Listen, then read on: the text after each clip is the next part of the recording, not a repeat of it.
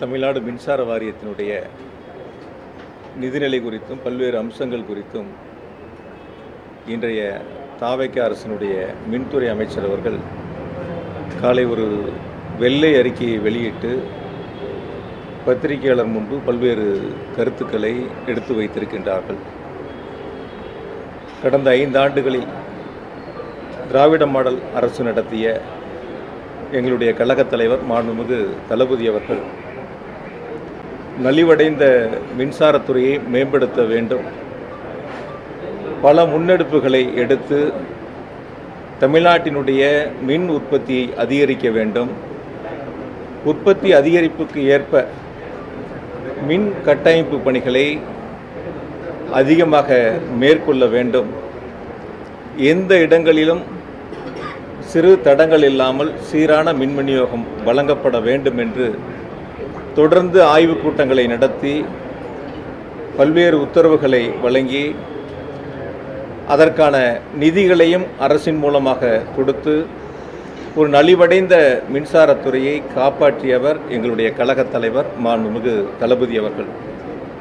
நிச்சயமாக என்னால் அறுதியிட்டு சொல்ல முடியும், கடந்த 5 ஆண்டுகளில் எங்களுடைய கழகத் தலைவர் மாண்புமிகு முதலமைச்சராக இருந்து தமிழ்நாடு அரசினுடைய நிதிகளை மின்வாரியத்திற்கு வழங்காமல் இருந்திருந்தால் நிச்சயமாக மின்வாரியம் பல்வேறு காலகட்டங்களில் பல்வேறு இன்னல்களை சந்தித்திருக்கும்.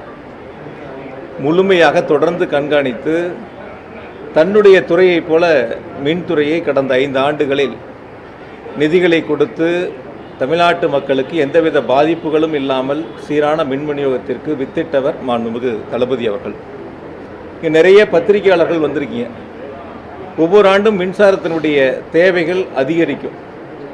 அப்படித்தான் கடந்த 5 ஆண்டுகளில் தமிழ்நாட்டினுடைய மின் தேவை தொடர்ந்து அதிகரித்து வந்தன.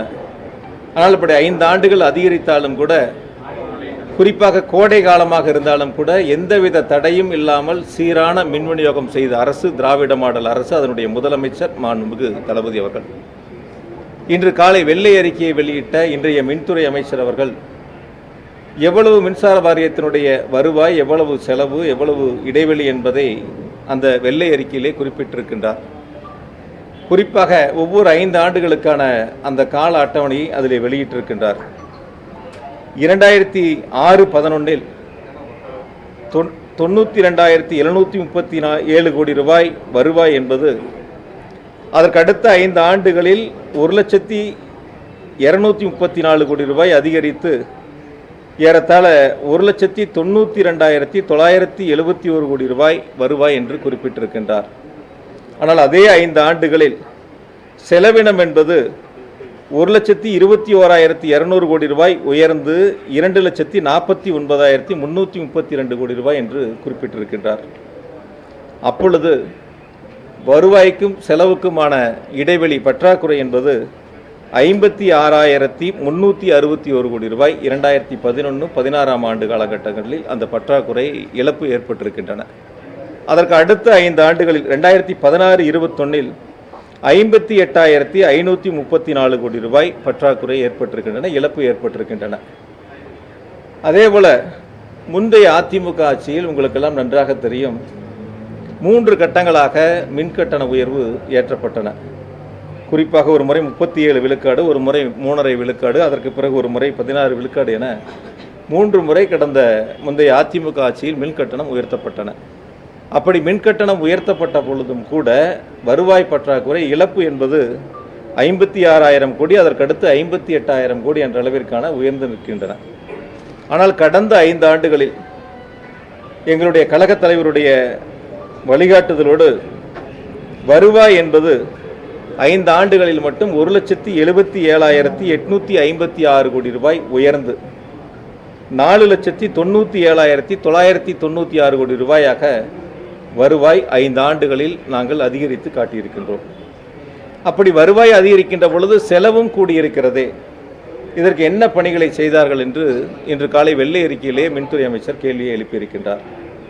வருவாய் 4,97,996 என்று சொன்னால் செலவினம் 5,32,443 கோடி ரூபாய். கடந்த 5 ஆண்டுகளில் வருவாய்க்கும் செலவுக்கும் இருக்கக்கூடிய இடைவெளி, அந்த நஷ்ட பற்றாக்குறை என்பது 34,447 கோடி ரூபாய். முந்தைய அதிமுக ஆட்சியில் 56,000 கோடி, அதற்கடுத்து 58,000 கோடி என்று இருந்ததை ஏறத்தாழ 34,000 கோடியாக 24,000 கோடி ரூபாய் அளவிற்கான இடைவெளிகளை குறைத்து 34,000 கோடியாக குறைத்திருக்கின்றோம். அப்படி குறைத்தாலும் கூட அவர்கள் சொல்லி இருக்கக்கூடிய கூட்டின் அடிப்படையிலே பார்த்தால் கூட முதலாண்டிலே 12,000 கோடி இழப்பு என்பது கடந்த ஆண்டு 934 கோடி ரூபாய் வெறும் இழப்பு என்ற அளவிற்கு ஆண்டுதோறும் படிப்படியாக பல்வேறு நடவடிக்கைகளை எடுத்து அதற்கான செலவினங்களை இழப்புகளை குறைத்திருக்கின்றோம். தமிழ்நாடு மின்சார வாரியம் பல்வேறு வங்கிகளிலும் பல்வேறு நிதி நிறுவனங்களிலும் கடன்களை பெற்றிருக்கின்றார்கள். அந்த கடன்களுக்கு செலுத்தக்கூடிய வட்டித் தொகை என்பது 13.5 விழுக்காடு வரை அதிகபட்சமாக கடன் தொகையை வாங்கியிருக்கின்றார்கள். அதை முழுவதுமாக குறைத்து ஒரு கட்டுப்பாட்டுக்குள் கொண்டு வரப்பட வேண்டும் என்று உத்தரவுகளை வழங்கினார்கள். அப்படி கடந்த காலங்களில் எந்தெந்த வங்கிகள் நிதி நிறுவனங்களில் 13.5% வரை வட்டிகளுக்காக நிதிகள் பெறப்பட்டதோ அதையெல்லாம் அவரிடத்திலே பேசி ஒத்துக்கொள்ளாதவரிடத்திலே அந்த தொகையை நாங்கள் கட்டி மீதம் இருக்கக்கூடிய வங்கிகளில் நிதி நிறுவனங்களே கடனை பெறக்கூடிய ஒரு சூழலை உருவாக்கினோம். அதிகபட்சம் தமிழ்நாடு மின்சார வாரியத்தினுடைய கடன் வட்டி தொகை என்பது 9.5 விழுக்காட்டிற்குள் முழுமையாக கட்டுப்படுத்தி கொண்டு வரப்பட்டன. இதன் மூலமாக ஒரு ஆண்டிற்கு 1,200 கோடி ரூபாய் 1,500 கோடி ரூபாய் அளவிற்கான சேமிப்புகளை எங்களால் உருவாக்க முடிந்தது. அதேபோல கடந்த முந்தைய அதிமுக ஆட்சியில் பிளேயாஸ் இருக்கு, உங்களுக்கு தெரியும், தெர்மல் பிளான்ட்டில் ஏற்பட்ட அந்த பிளேயாஸ் விற்பனை செய்யப்படும். அது ஒரு வருஷத்துக்கு 90 கோடி ரூபா அந்த அளவுக்கு தான் மின்சார வாரியத்திற்கான வருவாய் வந்துச்சு. அதை உயர்த்த வேண்டும் என்ற நோக்கத்தோடு வெளிப்படைத்தன்மையோடு அதுக்கான ஒப்பந்தங்கள் கோரப்பட்டு விற்பனை செய்யப்பட்டதன் அடிப்படையில் பார்த்தீங்கன்னா ஏறத்தாழ ஒரு வருடத்திற்கு 160 கோடி ரூபாய் அளவிற்கு அதற்கான விற்பனைகள் ஏறத்தாழ கடந்த முந்தைய அதிமுக ஆட்சியை விட 2 மடங்கு அளவிற்கு அந்த பிளேயாஸினுடைய வருவாய் உயர்த்தி அதிகரிக்கப்பட்டன. இப்படி தொடர்ச்சியாக பல்வேறு நடவடிக்கைகள் மேற்கொள்ளப்பட்டு வருவாய் ஒரு பக்கம் அதிகரித்தாலும் செலவினம் ஒரு பக்கம் அதிகரிக்கிறது. அந்த செலவினம் வருவாய் அதிகரித்த அளவிற்கு செலவினத்திற்கான பணிகள் எங்கே மேற்கொண்டார்கள், அதற்கான இழப்புகள் எப்படி சென்றது என்பதை அவர் ஒரு பட்டியலை போட்டு பேசியிருக்கின்றார். ஒரு கருத்தை உங்களிடத்தில் நான் முன்வைக்கின்றேன். 2019-20 தமிழ்நாட்டினுடைய மின் தேவை என்னங்கிறது 94,947 மில்லியன் யூனிட் ஒரு வருஷத்துக்கு. அதுவே 2021 93,344, அது கோவிட் காலம். அதுக்கடுத்து 2021-22 98,674 million unit. 2022-23 1,03,546 million unit. 2023-24 1,11,504 million unit. 2024-25 1,16,813 million unit. ஆக 94,000 மில்லியன் யூனிட்லேருந்து 1,16,000 மில்லியன் யூனிட் வரைக்கும் உயர்ந்திருக்கு. அப்படி நீங்கள் பார்த்தீங்கன்னா ஏறத்தாழ 5 வருஷத்தில் 25,000 மில்லியன் யூனிட் உயர்ந்திருக்கின்றன. அப்படி உயர்ந்த மில்லியன் யூனிட் மின் நுகர்வுக்கு ஏற்ப நாம் கொள்முதல் அதிகரிக்க வேண்டும், அதே போல் உற்பத்திகள் அதிகரிக்க வேண்டும். அப்போ நம்ம உற்பத்தி அதிகரிக்கின்ற பொழுது அதற்கான செலவினங்கள் நமக்கு உறுதியாக கூடும். இந்த தேவைகளை பூர்த்தி செய்வதற்காக வெளிச்சந்தையில் நாம் மின்சாரத்தை கொள்முதல் செய்கின்ற பொழுது அதற்கான செலவினங்களும் நிச்சயமாக கூடும். இதை அந்த வெள்ளை அறிக்கையில் வெளியிட்டிருந்தால் மிக சிறப்பாக இருந்திருக்கும். எவ்வளவு வருமானம் வந்துச்சுன்னு காட்டினவங்க, எவ்வளோ செலவு வந்துச்சுன்னு காட்டினவங்க, எந்தெந்த வகையில் அந்த வருமானங்கள் வந்துச்சு, எந்தெந்த வகையில் அந்த செலவினங்கள் ஏற்பட்டது, இது வெள்ளை அறிக்கையில் இருந்திருந்தால் மிக சிறப்பாக இருந்திருக்கும். அதை தவிர்த்து அவர்களுக்கு வசதியாக மக்களிடத்தில் ஒரு மாற்று கருத்தை முன்வைக்க வேண்டும் என்ற நோக்கத்தோடு அந்த வெள்ளை அறிக்கை தயாரிக்கப்பட்டிருக்கின்றன. இன்னும் கூட ஒருபடி மேலே நான் சொல்லணும்னு சொன்னால், எங்கே 5 வருஷம் முந்தைய திராவிட மாடல் அரசு எங்களுடைய கழகத் தலைவர் மாண்பு தளபதி அவர்கள் முதலமைச்சராக இருந்து 5 ஆண்டுகளில் செய்த திட்டங்களை அதை பட்டியலிட்டிருக்கின்றார்கள். எப்படி முதலமைச்சர் போய் டெல்லியில் திராவிட மாடல் அரசினுடைய திட்டங்களை சொல்லி அங்கே நிதி ஆயோக் கூட்டத்தில் பேசினாரோ, அது மாதிரி இன்றைக்கி வெள்ளை அறிக்கையிலையும் இந்த 5 வருஷத்தில் நாங்கள் என்ன பண்ணணுங்கிறதையும் அவங்க சொல்லியிருக்கிறாங்க. இருந்தாலும் கூட 2020-21 அந்த கேப்புங்கிறது 14,542 கோடிங்கிறது போன வருஷம் 2025-26 933 கோடியாக குறைஞ்சிருக்கு. அது 4 வருஷத்தில் சீரிய நடவடிக்கை எடுத்ததுனால. இன்னொன்று ரொம்ப வசதியாக அவர் சொன்னதில் வருஷம் 5 வருஷத்தில் எவ்வளோ கடன் சொல்லியிருக்கார். ஆக நான் 2021 ஆண்டு ஆட்சி பொறுப்பை எங்களுடைய முதலமைச்சர்கள் ஏற்ற பொழுது தமிழ்நாடு மின்சார வாரியத்தினுடைய ஒட்டுமொத்த கடன் 1,59,731 கோடி. எவ்வளோ? 1,59,731 கோடி. ஒரு வருஷத்துக்கு நான் அப்போவே சட்டமன்றத்தில் சொன்னேன், 1,59,000 கோடி கடன் இருக்குது. ஒரு வருஷத்துக்கு ஏறத்தாழ 15,000 கோடி மின்சார வாரியம் வட்டி மட்டும் செலுத்துது அப்படின்னு சொல்லி சொன்னேன். இப்போ 5 வருஷத்துக்கு மின்சார வாரியம் இந்த 1,59,000 கோடிக்கு வட்டி கட்டியிருந்தால் எவ்வளோ வரும்னு கணக்கு பாருங்கள். ஒரு வருஷத்துக்கு 15,000 கோடினா 5 வருஷத்துக்கு 75,000 கோடி வட்டி மட்டும் கட்டியிருக்கணும். இது நாங்கள் வாங்கின கடனுக்கல்ல, இதற்கு முன்பாக இருந்த கடனுக்கு செலுத்திய வட்டி. அப்போ எவ்வளோ 5 வருஷத்தில் வட்டி கட்டணும் அப்படிங்கிறத அந்த வெள்ளை அறிக்கையில் இப்போதைய அமைச்சர் வெளியிட்டு இருந்தாருன்னா உங்களுக்கும் தெரிஞ்சிருக்கும், எங்களுக்கும் தெரிஞ்சிருக்கும், நாட்டு மக்களுக்கும் தெரிஞ்சிருக்கும். அதை அவங்க சொல்ல அதில் மறைச்சிருக்காங்க, சொல்லலை. ஆக பழைய கடன் இருக்கிறதுல வட்டி கட்டியிருக்கிற எவ்வளோங்கிறத தெளிவுபடுத்தினா மிக சிறப்பாக இருக்கும். 5 வருஷம் ஒட்டு மொத்தமாக மின்சார வாரியம் இப்போ இதே நிதிநிலை அறிக்கைக்கு முன்பாக அந்த வெள்ளை அறிக்கை கொடுத்தாங்க கவர்னர் உரைக்கு முன்னாடி. அப்போ அதில் ஒரு வருஷத்துக்கு எவ்வளோ வட்டி கட்டுறோம், மொத்த வட்டி எவ்வளவு, இதெல்லாம் கணக்கிட்டு சொன்னாங்க. மொத்த வருவாயில் எவ்வளோ வட்டின்னு சொன்னாங்க. ஆனால் இதில் அதை சொல்லலை. எவ்வளோ வட்டி 5 வருஷத்தில் நம்ம கட்டியிருக்கிறோம் அப்படிங்கிறத தெளிவுபடுத்துவதற்கான அந்த முயற்சிகளை அவர்கள் முன்னெடுக்கவில்லை. அதற்கு அடுத்து எந்தெந்த வகைகளில் நம்ம செலவினங்கள் உயர்ந்திருக்கு அப்படிங்கிறதையும் அவங்க சொல்லியிருக்கணும். அதை முழுமையாக சொல்லலை, அதை மறைச்சிருக்கிறாங்க. குறிப்பாக 2019-20 பவர் பர்ச்சேஸருக்கு ப்ளஸ் நம்மளுடைய உற்பத்திக்கான செலவினங்கள் இருக்குது, ஃபியூல் காஸ்ட் இதெல்லாம். அது 19-20 ஒரு 50,849 கோடியாக இருக்குது செலவு அந்த ஒரு வருஷத்தில். 24-25 பார்த்தீங்கன்னா அது 65,000 கோடியாக உயருது. ஏறத்தாழ 50,000 கோடியிலேருந்து 65,000 கோடினா அப்போ அது நம்மளுடைய எவ்வளவு மின் தேவை நம்ம இடத்துல அதிகரிச்சிருக்கோ அந்த மின் தேவை அதிகரிகளுக்கு ஏற்ப உற்பத்தியை நாம் ஒரு பக்கம் அதிகரித்திருக்கின்றோம். அந்த அதிகரிப்புக்கான செலவினங்கள் கூடியிருக்கின்றன.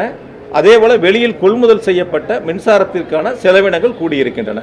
இதனால் ஏற்பட்ட செலவினங்கள் என்பதை அவர்கள் குறிப்பிட மறந்துட்டாங்க. அது ஒன்று. அதே போல் நம்ம வெளியிலிருந்து வாங்கக்கூடிய மின்சாரத்துக்கு டிரான்ஸ்மிஷன் சார்ஜுன்னு ஒன்று போடுவாங்க. அது பார்த்தீங்கன்னா 2019-20 4,564 கோடி அப்போ செலவு ஒரு வருஷத்துக்கு. இப்போ 2024-25 கேப்பில் பார்த்தீங்கன்னா 9,548 கோடி. ஏறத்தாழ 2 மடங்காக அந்த டிரான்ஸ்மிஷன் சார்ஜ் உயர்ந்திருக்கு. அதையும் அதில் அவங்கெல்லாம் குறிப்பிட்டிருக்கலாம். இதெல்லாம் ஏற்பட்ட செலவினங்களுடைய உயர்வு. இதனால தான் அந்த செலவினங்கள் அதிகரிச்சிருக்கு அப்படிங்கிறது அவங்க எல்லாம் ஒரு பக்கம் சுத்தமாக மறைச்சிருக்காங்க. உங்களுக்கு நல்லா தெரியும், மின் வாரியத்தினுடைய தொழிலாளர்களுடைய கோரிக்கைகளை ஏற்று கடந்த திராவிட மாடல் அரசில் 2 முறை ஒப்பந்தங்கள் போடப்பட்டன. 2 முறை ஒப்பந்தங்கள் அவர்கள் விரும்பக்கூடிய வகையில் மனமகிழ்ச்சியோடு ஏற்றுக்கொள்ளக்கூடிய வகையில் எங்களுடைய கழகத் தலைவர் அப்போதைய முதலமைச்சராக இருந்து அந்த 2 ஒப்பந்தங்களை அவர்களுக்கு வழங்கினார்கள். அந்த வகையில் பார்த்தீங்கன்னா கடந்த காலங்களுக்கும் இப்பயும் அந்த எம்ப்ளாய்க்கான காஸ்ட் செலவினங்கள் இருக்கும். அந்த செலவினங்கள் பார்த்தீங்கன்னா 20-21 9,100 கோடியாக இருக்குது. அதுவே 25-26 பார்த்தீங்கன்னா 12,006 கோடி 12,061 கோடியாக உயர்ந்திருக்கு. ஏறத்தாழ 9,000 கோடியிலிருந்து 12,000 கோடியாக எம்ப்ளாய்க்கான அந்த செலவினங்கள் உயர்ந்திருக்கு.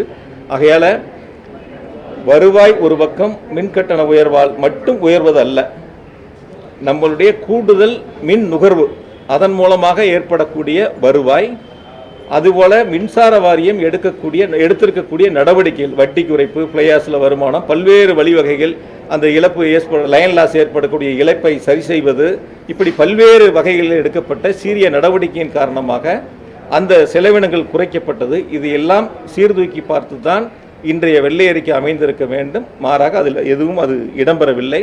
ஆகையால் வருவாய் ஒரு பக்கம் உயர்ந்தாலும் கூட மின் கொள்முதல், மின் உற்பத்திக்கான செலவினங்கள், அதே போல் எம்ப்ளாய்க்கான காஸ்ட்டு, டிரான்ஸ்மிஷன் சார்ஜ், இப்படி பல்வேறு வகைகள் ஏற்பட்டிருக்கக்கூடிய செலவினங்களும் உயர்ந்திருக்கின்றன. செலவினங்கள் உயர்ந்தாலும் கூட நாங்கள் இழப்பை குறைத்திருக்கின்றோம். இந்த கடைசி ஆண்டு வெறும் 933 கோடி அளவிற்கு குறைந்திருக்கின்றன. அதற்கு முழு முதல் காரணம் எங்களுடைய கழகத் தலைவர், திராவிட மாடல் ஆட்சியினுடைய நாயகர் மாண்புமிகு தளபதி அவர்கள் என்பதை இந்த நேரத்தில் நான் பெருமையோடு சுட்டிக்காட்ட கடமைப்பட்டிருக்கின்றேன். அதே போல் மின்சாரத்தினுடைய தேவைகளை பற்றி சொன்னாங்க. இப்போ எப்படி நம்ம ஓன் ஜென்ரேஷனு, அதே போல் ஒன்றிய அரசினுடைய தொகுப்பில் வாங்கிறது, மத்திய தொகுப்பில் வாங்கிறது, ப்ரைவேட்டில் பர்ச்சேஸ் பண்ணுறது, இது நமக்கு தேவையான அளவுக்கு ஆண்டுக்காண்டு உயரக்கூடிய அளவிற்கான நம்முடைய மின் உற்பத்தி திட்டங்களை செயல்படுத்துவது, அதே போல் மத்திய தொகுப்பிலிருந்து நாம் பெறுவது, தனியாரிடமிருந்து பெறுவது, இது எல்லாம் சேர்த்து தான் நம்ம அதுக்கான பணிகளை முன்னெடுக்கிறோம். அவங்க சொல்லும்போது சொன்னாங்க, இந்த மாதிரி அதிகபட்சம் 21,307 மெகாவாட் உச்சபட்ச மின் தேவை ஏற்பட்டிருக்கு ஒரு நாளில். நாங்கள் இது வந்து இப்போ ஏதோ புதுசாக ஏற்பட்டதில்லை. இது இவங்க ஆட்சிக்கு வர்றதுக்கு முன்னாடி அந்த 21,307 ஏற்பட்டுருச்சு. இவங்க ஆட்சி பொறுப்பேற்றதுக்கு அப்புறம் கூட அந்த அளவுக்கு கூட உயரல. 2020-21 பார்த்தீங்கன்னா 16,481 மெகாவாட்டாக இருந்துச்சு. அது அப்படியே படிப்படியாக உயர்ந்து 21-22 17,916 megawatt 96 megawatt, 22-23 18,053 megawatt, 23-24 19,409 megawatt, 24-25 20,830 megawatt, 25-26 இப்போ 21,307 மெகாவாட். இப்போ இந்த கவுண்டிங்க்கு முன்னாடி இதுதான் ஆண்டுதோறும் படிப்படியாக உயர்ந்து நம்முடைய மின் தேவை அதிகரித்திருக்கின்றன. இந்த மின் தேவை அதிகரித்ததற்கேற்ப நாம் பல்வேறு பணிகளை செஞ்சுருக்கோம்.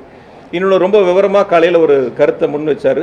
அதாவது வந்து மின்சாரத்தினுடைய தேவைகளை நம்ம வந்து பூர்த்தி செய்யக்கூடிய வழிகள் இருக்குது. எமர்ஜென்சிக்கு நம்ம எக்ஸ்சேஞ்சில் வாங்குகிறோம். அந்த எக்ஸ்சேஞ்சில் வாங்குறதுக்கு அன்றைய எக்ஸ்சேஞ்ச் என்ன ரேட்டு நிர்ணயிக்குதோ அந்த ரேட்டை நம்ம எக்ஸ்சேஞ்சுக்கு தான் பணம் கொடுக்குறோம். யாரும் வந்து நமக்கு சப்ளை பண்ணுறவங்களுக்கு நம்ம கொடுக்கறதில்ல. மின்சார வாரியம் யார் எக்ஸ்சேஞ்சு கொடுக்குறாங்கன்னு நமக்கு தெரியாது. நம்ம எக்ஸ்சேஞ்சில் பணத்தை கட்டுறோம், அவங்க நமக்கு சப்ளை கொடுக்குறாங்க, நம்ம அதை பயன்படுத்திக்கிறோம், அவ்வளோதான். இதுதான் எக்ஸ்சேஞ்சுக்கும் மின்சார வாரியத்துக்கும் உள்ள நடைமுறைகள். யார் சப்ளையர் கருப்பா சாப்பா யாருமே நமக்கு தெரியாது. யாருமே அதுதான், இப்போ இருந்தாலும் சரி, முன்னாடி இருந்தாலும் அதுதான். அதனால் எக்ஸ்சேஞ்சுக்கு எமர்ஜென்சிக்கு நம்ம வாங்குகிறோம். இன்னொன்று ஷார்ட் டைமில் வந்து நம்ம டெண்டர் போட்டு வாங்குறது இருக்குது. அதே போல் வந்து மீடியம் டைமில் நம்ம டெண்டர் போட்டு வாங்குறது இருக்குது. லாங் டைமில் டெண்டர் போட்டு வாங்குறது இருக்குது. இப்போ ஷார்ட் டைம்னா ஒரு வருஷத்துக்குள்ள தேவையானதுக்கு நம்ம டெண்டர் போட்டு வாங்கிக்கலாம். இந்த வருஷம் நமக்கு எவ்வளோ தேவையோ அதை மட்டும் டெண்டர் போட்டு வாங்கிக்கிறது. மீடியம் டைம்னா 3 வருஷத்துலேருந்து 5 வருஷத்துக்கு நமக்கு எவ்வளோ தேவையோ அதை நம்ம டெண்டர் போட்டு வாங்கிக்கிறது. லாங் டைம்னா 5 வருஷத்துக்கு மேலே நமக்கு எவ்வளோ தேவையோ அதை வாங்கிக்கிறது. இதுதான் மின்சார வாரியத்தினுடைய நடைமுறைகள். இன்னைக்கு காலையில் வந்து மின்துறை அமைச்சர் சொல்லும்போது வந்து லாங் டேர்முக்கான பர்ச்சேஸ்க்கான வேலைகளுக்கு நாங்கள் இப்போ தொடங்கியிருக்கோம், விரைவில் அதுக்கான பணிகளை மேற்கொள்ள போகிறோன்னு சொன்னாங்கன்னு நினைக்கிறேன். நீங்கள் எல்லாம் பார்த்துருப்பீங்க அதை. அதாவது ஒரு வகையில் என்னன்னா, நமக்கு வந்து அதிகமான தேவைகள் வந்து சம்மரில் தான் இருக்குது. கோடை காலங்களில் தான் நம்முடைய உச்சபட்ச மின் தேவைகள் இருக்கும். இப்போது 2 மாதங்கள் அதிகபட்சம் போனால் ஒரு 2.5 மாதம் 3 மாதம் 2 மாதங்கள் தான் அதிகபட்சம் நம்ம எடுத்துக்க முடியும். ஏப்ரல் மேல எடுத்துக்கலாம். அதனால் அந்த காலகட்டங்களுக்காக அந்த 2 மாதத்துக்காக நீங்கள் லாங் டேர்ம்னு போனீங்கன்னா குறைஞ்சது ஒரு 5 வருஷத்துக்கு டெண்டர் போடணும். இப்போ அந்த லாங் டேர்முக்கான கட்டணத்தை நம்ம கொடுக்குறோம் அப்படின்னு நினச்சோம்னா, மின்சாரமே நம்ம அவங்ககிட்ட வாங்கலைன்னா கூட அவங்களுக்கான ஃபிக்ஸட் சார்ஜை கொடுக்கணும். நம்ம என்ன டெண்டர் கண்டிஷனில் போட்டிருக்காங்களோ அந்த ஃபிக்ஸட் சார்ஜை அவங்களுக்கு கொடுக்கணும். அதில் சம்மரில் கூடுது, அந்த 2 மாதம் கூடுது, 15 நாள் கூடுது, 1 மாதம் கூடுது அப்படின்னா, இது வரைக்கும் நம்ம இந்த 4-5 ஆண்டுகள் எப்படி நம்ம அதை வந்து மெயின்டைன் பண்ணி கண்ட்ரோல் பண்ணணும் அப்படின்னு கேட்டிங்கன்னா, 1 வாரம் தேவை அப்படின்னு நம்ம உணர்ந்தோம்னா அந்த 1 வாரத்துக்கான பர்ச்சேஸ் மட்டும் வச்சுக்கிட்டோம், அதை மட்டும் டெண்டர் போட்டோம். 1 மாதத்துக்கு தேவைன்னா அந்த 1 மாதத்துக்கான டெண்டர் மட்டும் போட்டோம். இல்லை 60 நாட்களுக்கு தேவைன்னா 60 நாட்களுக்கான டெண்டர் மட்டும் போட்டோம். அப்படி போட்டால் கூட எந்த இடங்கள்லையும் அதிகமான விலைகள் நம்ம கொடுக்கல. இன்னைக்கு காலையில் பார்த்தீங்கன்னா அந்த ஒயிட் பேப்பர்லேயே என்ன ஆவரேஜ் ரேட்டுங்கிறதுலாம் நீங்கள் எல்லோரும் பார்த்தீங்க. மினிமம் ரேட் அதில் எவ்வளோ இருக்குது என்னங்கிறதையும் பார்த்தீங்க. அதனால் வந்து எந்த இடங்களையும் நாம் கூடுதலான விலைகள் கொடுத்து மின்சாரத்தை வாங்கப்படவில்லை. குறிப்பாக இன்னும் ஒன்று, இந்த மின்சாரத்தில் வந்து அவர் சொன்ன அந்த அந்த அந்த தோணி எப்படி இருக்குன்னு பார்த்தீங்கன்னா, இதான் அந்த மின்சார கொள்முதலில் மிகப்பெரிய ஒரு தவறுகள் நடந்தது, இழப்புகள் நடந்தது, நிறைய அதில் வந்து லீக்கேஜ் இருக்குது, அதை அடைக்கணும், சீர்திருத்தம் பண்ணணும், இப்படி பல கருத்துக்களை ஒவ்வொரு இடையிலையும் ஒவ்வொரு ஸ்லைட் அப்பையும் அந்த கருத்துக்களை முன் வச்சுட்டு வந்தாங்க. அதாவது இது கம்ப்ளீட் மின்சாரத்தினுடைய கொள்முதல்ங்கிறது தனியார்கிட்ட வாங்கிறது எல்லாமே டெண்டர் தான். யார் வேணாலும் டெண்டர் போடலாம். ஒன்று நம்ம ஸ்டேட்டுக்குள்ளே இருக்கிறவங்க போடலாம், ஸ்டேட்டை தாண்டி வெளியில் இருக்கிறவங்களும் போடலாம். அவங்க என்ன ப்ரைஸ் கோட் பண்ணுறாங்களோ அந்த ப்ரைஸ் டான்ஜெட்கோ ஏற்றுக்கிட்டா அதுக்கான அக்ரிமெண்ட் போடுவாங்க. அந்த ப்ரைஸ் டான்ஜெட்கோ ஏற்றுக்கலன்னா அதுக்கான அக்ரிமெண்ட் போட மாட்டாங்க. திரும்ப அவங்களை கூப்பிட்டு ரேட்டை குறைக்க சொல்லி பேசுவாங்க. குறைக்கிறதுக்கு ஒத்துக்கிட்டா டான்ஜெட்கோ அக்ரிமெண்ட் போடுவாங்க, ஒத்துக்கலன்னா ரீடெண்டர் போவாங்க. இதுதான் ஒவ்வொரு ஆண்டுகளும் இருக்கக்கூடிய நடைமுறை. ஆகையால் அதை வந்து மின்துறை அமைச்சர் கொஞ்சம் அதை பார்க்கணும், ஸ்டடி பண்ணி பார்க்கணும், எப்படி கடந்த காலங்களில் அதுக்கான வழிமுறைகள்லாம் இருக்குது அப்படின்னு சொல்லிட்டு. அதே மாதிரி வந்து எந்த புதிய மின் திட்டங்களும் இல்லை அப்படின்னு சொல்லி சொன்னார். கடந்த 5 வருஷமாக எந்த திட்டங்களும் புதுசாக கொண்டு வரல, ஆனால் செலவினங்கள் கூடியிருக்கு அப்படின்னு சொன்னார். உங்களுக்கு நல்லா தெரியும், வட சென்னை அனல்மின் திட்டம் ஸ்டேஜ் 3 எங்களுடைய கழகத் தலைவர் முதலமைச்சராக இருந்து அந்த திட்டத்தை துவக்கி வச்சாங்க. இன்றைக்கி அதுக்கான மின் உற்பத்திகள் நடந்துக்கிட்டு இருக்கு. 800 மெகாவாட்டுக்கான அந்த மின் உற்பத்தி திட்டங்களை 5 வருஷத்தில் முடித்து அந்த திட்டத்தை தொடங்கி வச்சாங்க. அதே போல் பார்த்தீங்கன்னா உடன்குடி அந்த திட்டங்களையும் முடித்து பயன்பாட்டுக்கு எங்களுடைய முதலமைச்சர்கள் கொண்டு வந்தாங்க. பொதுவாக போன 5 வருஷத்தில் வந்து பார்த்தீங்கன்னா 9032 மெகாவாட் வந்து நம்மளுடைய அந்த நிறுவுதிறனில் கூடுதலாக சேர்க்கப்பட்டிருக்கு. ஒரு 5 வருஷத்தில் மட்டும் நம்ம கூடுதலாக சேர்க்கப்பட்டது. அதில் சோலார் வந்து 7769 மெகாவாட்டு கூடுதலாக கடந்த 5 ஆண்டுகளில் சேர்க்கப்பட்டிருக்கின்றன. எண்ணூர் திட்டத்தை பற்றி சொன்னாங்க. அது ஏற்கனவே 73% பணிகள் நிறைவு செய்யப்பட்டிருக்கின்றன. அதே போல் உப்பூர் திட்டங்களை பற்றி அதை சொன்னாங்க. உப்பூர் திட்டங்கள் வந்து நாங்கள் இருக்கும்போது என்னென்னா, ஒரு யதார்த்த கள நிலவரங்களை சொல்லணும்னா, உப்பூருக்கு வந்து தூத்துக்குடியிலேருந்து கோல் எடுத்துக்கிட்டு போய் நாங்கள் மின் உற்பத்தி செய்யணும். அப்போ அந்த டிரான்ஸ்போர்ட் சார்ஜை நம்ம காஸ்ட் போட்டு பார்க்கும்போது செலவினங்கள் கூட வர்ற மாதிரி இருந்துச்சு. இல்லைன்னா குந்தா இருக்குது. இப்போ அவங்க வந்து பம்புட் ஸ்டோரேஜ் எல்லாம் சொன்னாங்க. அந்த குந்தாவை பொறுத்த வரைக்கும் வந்து 2021 வரைக்கும் வெறும் 183 கோடி தான் செலவாக இருந்தது. நாங்கள் 5 வருஷத்தில் அது 2942 கோடி செலவு பண்ணியிருக்கிறோம். ஏறத்தாழ 85 விழுக்காடு பணிகள் முடிஞ்சிருச்சு. மீதம் இருக்கக்கூடிய பணிகள் நடந்துகிட்டு இருக்கு. விரைவாக அதை முடிக்க போகிறாங்க. கொல்லிமலை திட்டத்தை பொறுத்த வரைக்கும் பார்த்தீங்கன்னா வெறும் 73 கோடி தான் செலவாக இருந்தது. நாங்கள் அதுக்கப்புறம் வந்து இப்போ 500 கோடி செலவு பண்ணியிருக்கோம். 506 கோடி செலவு பண்ணி ஏறத்தாழ 90 விழுக்காடு பணிகள் நிறைவடைஞ்சிருக்கு. அந்த பணிகளும் முடிப்பதற்கான பணிகள் 5 வருஷத்தில் வேகப்படுத்தி மிக சிறப்பாக அந்த பணிகள் முன்னெடுக்கப்பட்டிருக்கின்றன. ஆக அதனால் புதிய மின் உற்பத்தி திட்டங்கள் அது மட்டும் இல்லை, தூத்துக்குடியில் ஒரு புதிய அனல் மின் நிலைய திட்டங்களுக்கான அறிவிப்புகள் நாங்கள் கடைசி ஆண்டு அதற்கான அறிவிப்புகளை வெளியிட்டிருக்கிறோம். அந்த பணிகளை நாங்கள் தொடங்கியிருக்கிறோம். அதுக்குள்ள ஆட்சி மாற்றங்கள் ஏற்பட்டிருக்கின்றன. அதனால் நம்முடைய மின் தேவையை பூர்த்தி செய்யக்கூடிய அளவிற்கான மின் உற்பத்தி திட்டங்கள் கடந்த காலங்கள் நிலுவையில் இருந்ததை 2 திட்டங்கள் முடிக்கப்பட்டு பயன்பாட்டிற்கு கொண்டு வரப்பட்டிருக்கின்றன. புதிய திட்டங்கள் அறிவிக்கப்பட்டிருக்கின்றன. அதேபோல் பம்புட் ஸ்டோரேஜ் உள்ளிட்ட திட்டங்கள் நாங்கள் முன்னெடுத்து அதற்கான பணிகளை விரைவாக முடிப்பதற்கு மிக வேகமாக போர்க்கால அடிப்படையில் அந்த பணிகளை செஞ்சுருக்கிறோம். அதேபோல் பணியாளர்கள் பற்றாக்குறையை பற்றி காலையில் வெள்ளை அறிக்கையில் ரொம்ப கோடிட்டு காட்டினாங்க. ஒவ்வொரு முறையும் போகும்போது எங்கே பத்திரிகையாளர் பார்த்தாலும் வந்து பணியாளர் பற்றாக்குறை 60,000 பேர் ஷார்ட்டேஜ், 65,000 பேர் ஷார்ட்டேஜ், 70,000 பேர் ஷார்ட்டேஜ். மதுரையில் பார்த்தாலும் சரி, சென்னையில் பார்த்தாலும் சரி, மின் வாரியத்தில் பார்த்தாலும் எங்கே பார்த்தாலும் இந்த ஒரு பேச்சு தொடர்ந்து மின்துறை அமைச்சர் முன்வைக்கிறாங்க. கடந்த காலங்களிலும் இதே பணியாளர்கள் தான் இருந்தாங்க. இதே பணியாளர்கள் வச்சு தான் எந்தவித பாதிப்பும் இல்லாமல் சீரான மின் விநியோகம் கொடுத்தோம். எந்த பாதிப்பும் இல்லை. பொதுவாக மின்சார வாரியத்தை பொறுத்த வரைக்கும் அங்கே இருக்கக்கூடிய பணியாளர்கள் நம்ம போற்றி வணங்கணும். மழை, வெயில், இரவு, பகல், நேரங்காலம் எதுவும் பார்க்க மாட்டாங்க. 24 மணி நேரம் பணி செய்யக்கூடிய, அதுவும் அர்ப்பணிப்புணர்வோடு பணியாற்றக்கூடியவர்கள் எங்களுடைய மின் வாரியத்தினுடைய பணியாளர்கள். உள்ளபடியே வந்து நம்ம ஒரு நிமிஷமோ 5 நிமிஷமோ பவர் கட் ஆச்சுன்னா நம்ம ரொம்ப வருத்தம்.